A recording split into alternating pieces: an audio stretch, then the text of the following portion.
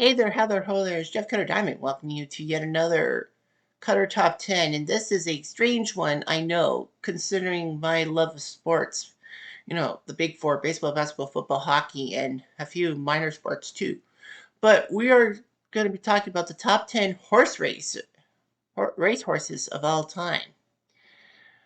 I kind of wanted to get into the minor sports that I don't care about, but, I do care about, care and not, hashtag care, not care. So I have 10 horses that have been legendary horses in such a way and all that. Because I kind of do have a passing interest in horse racing. And I mean, I do have a game on my PC called Top of the Stretch where you could simulate horse races of great horses from the past. So, anyhow, let's get to it. Um, so, just making a little bit of a thing. Okay, here we go. Number 10 on the list is Senyata. A lot of people think Senyata. Isn't that actress? No, that's Zendaya. But no, Senyata. Queen of the American racetrack. One of the best fillies. And yes, lady horses can race. Despite all that. You know, Senyata was known for her electrifying finishes and her dance before races. She won 19 out of 20 starts, and her only defeat was the Breeders' Cup Classic. Not the Breeders' Cup Classic for fillies, but the Breeders' Cup Classic, where she fought against male horses. She actually took second place. She was known for coming from behind. Her style was big, and her ability to beat males in major races inspired legions of fans and brought a spotlight to female racehorses. But the OG of great female horses was number 9, Ruffian. Ruffian was a fighter and all that, and would dominate filly races and all that, and done it quite well. They decided to put her in what they call a match race against Foolish Pleasure, who won the Kentucky Derby in 1975. So the race in July 1975? Yeah, was even broadcast live on CBS. It was going to be big. And Ruffian had a chance to beat Foolish Pleasure, but unfortunately for her, she suffered a catastrophic leg break and all that. They did fix it, but Ruffian unfortunately thought that she was still racing and all that and crashed in her paddock thing while being cared for and broke the leg again. Unfortunately, it was so bad that Ruffian had to be put down.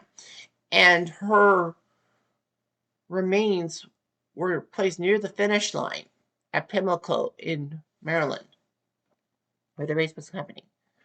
Number 8 is Nijinsky, who was an English Triple Crown winner, the first in 35 years.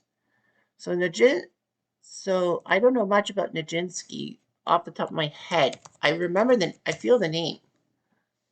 But yeah, he was Canadian. Wait, Nijinsky was Canadian bred? Cool. He was beat. So yeah, he was a great racer. And in 1970, he won the English Triple Crown. He was actually one of the horses of another um, horse on this list and all that, who would actually be one of the most influential sires of the 20th century.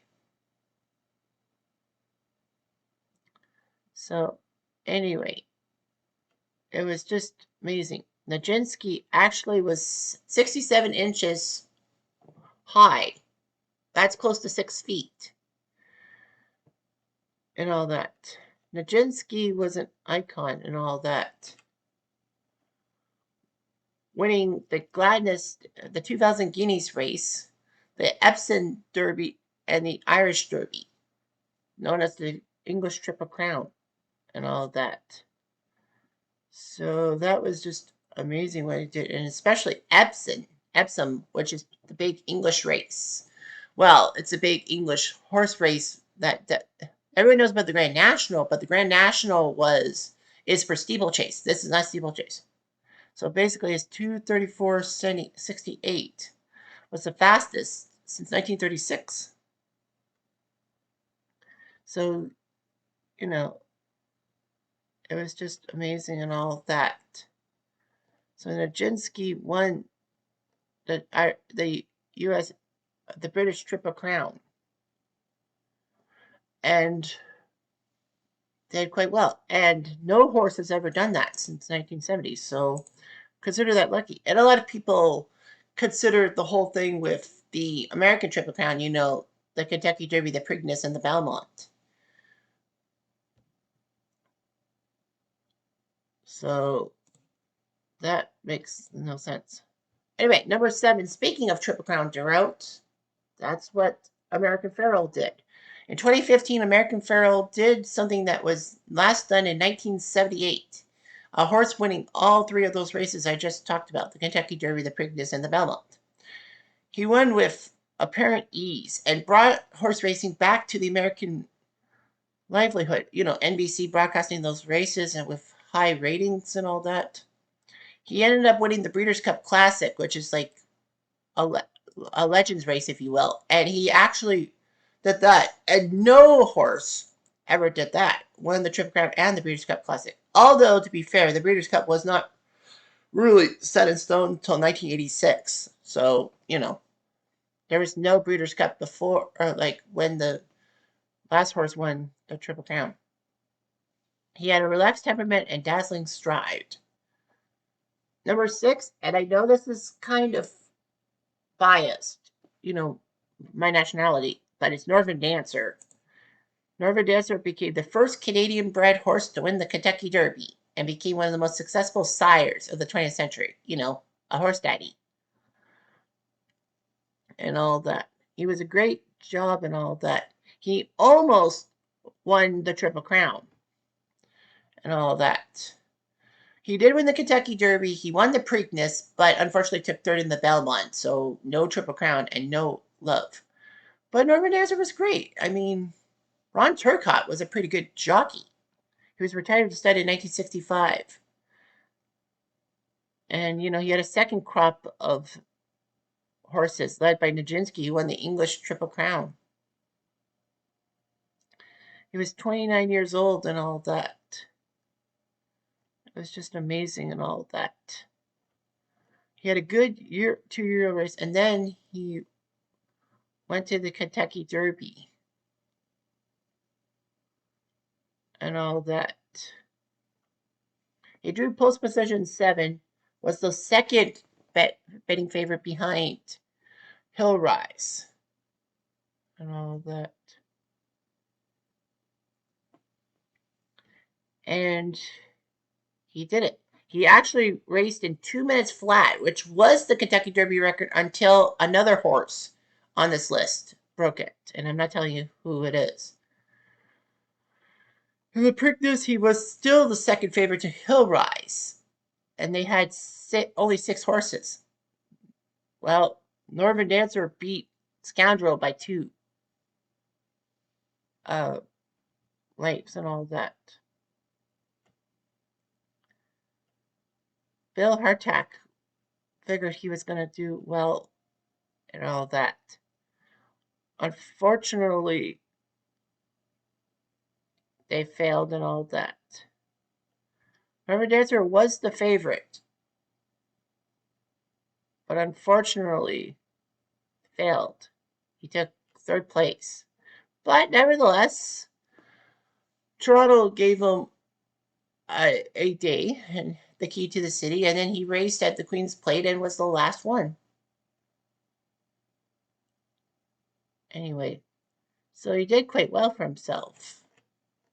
And his breeding career was amazing and all that.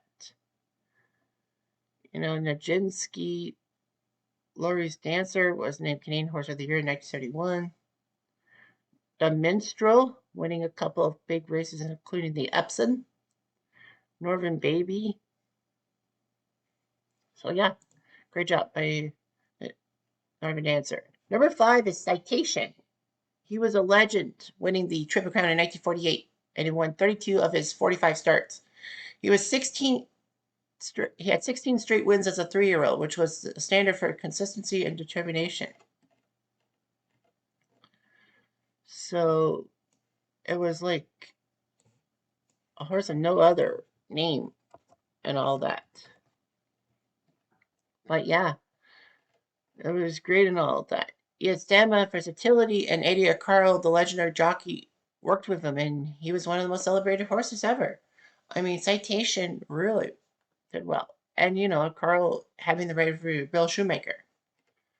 Number 4 is Seabiscuit. Yeah, I know. He's a feature of a movie. But Seabiscuit's story is the stuff of legend. He was an underdog. He was small and overlooked in the 1930s. And of course, you know how America and pretty much the world went flat under the Great Depression and all that. There were wars over in Europe and Asia, but still, that's just what happened. He overcame adversity, not just on the track, but in life himself. And he was a key piece of Americana because it brought Americans to realize that they can get out of this Great Depression and all that stuff. His resilience and charisma made him an icon of hope. That's pretty much it. He faced War Admiral in what they call a match race in Pimlico, and he beat the Triple Crown winner War Admiral. And Seabiscuit was just basically plastered all over the news and all that. Imagine what it would have been like nowadays. Anyway, number 3 is one of the most winningest racehorses of all time, and that's Cigar. Cigar captured a lot of people's interest in the 90s in horse racing and all that. People were making such a big deal about him winning all these consecutive races and all that, trying to become the horse of the year in 1996, which he lost. And I do believe the Breeders' Cup Classic was in Toronto at Woodbine in 96, right? I think so. I remember CBC broadcast that. But the fact is that Cigar winning lots of races and being celebrated, and a lot of people liked the horses. And Cigar was one of them.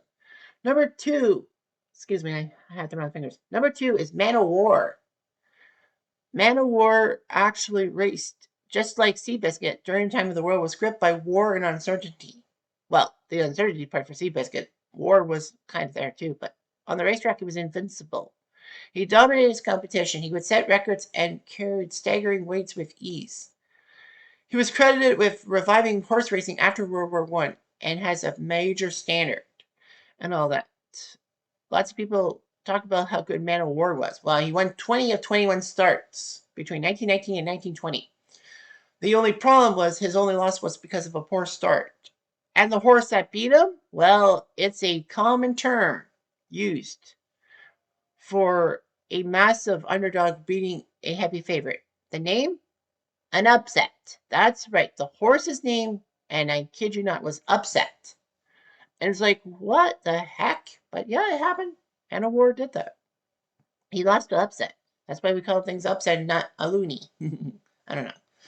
But number 1, I think everyone kind of figured what number 1 was going to be, is Secretariat, the most famous racehorse in history.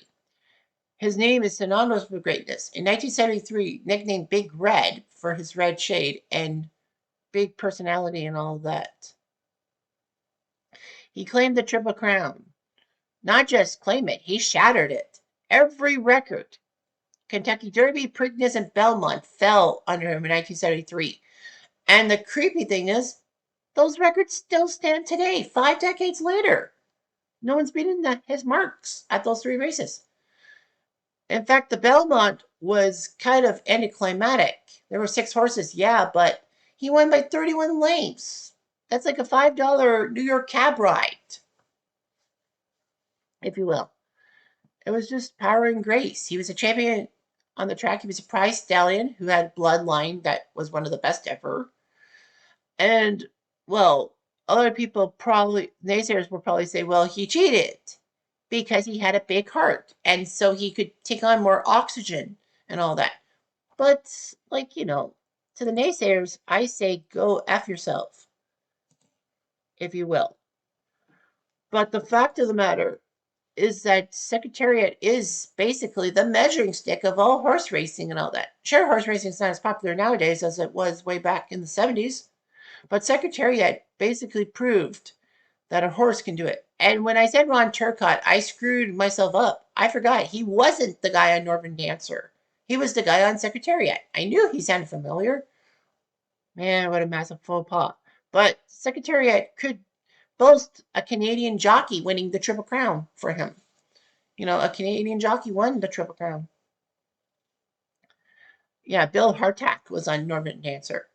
I know Native Dancer was also pretty good too. But yeah. So those are the top 10 horses in history. And, it'd be weird for me doing it, but I did it. So you can't blame me for anything. Anyhow, I'm jumped up in a do.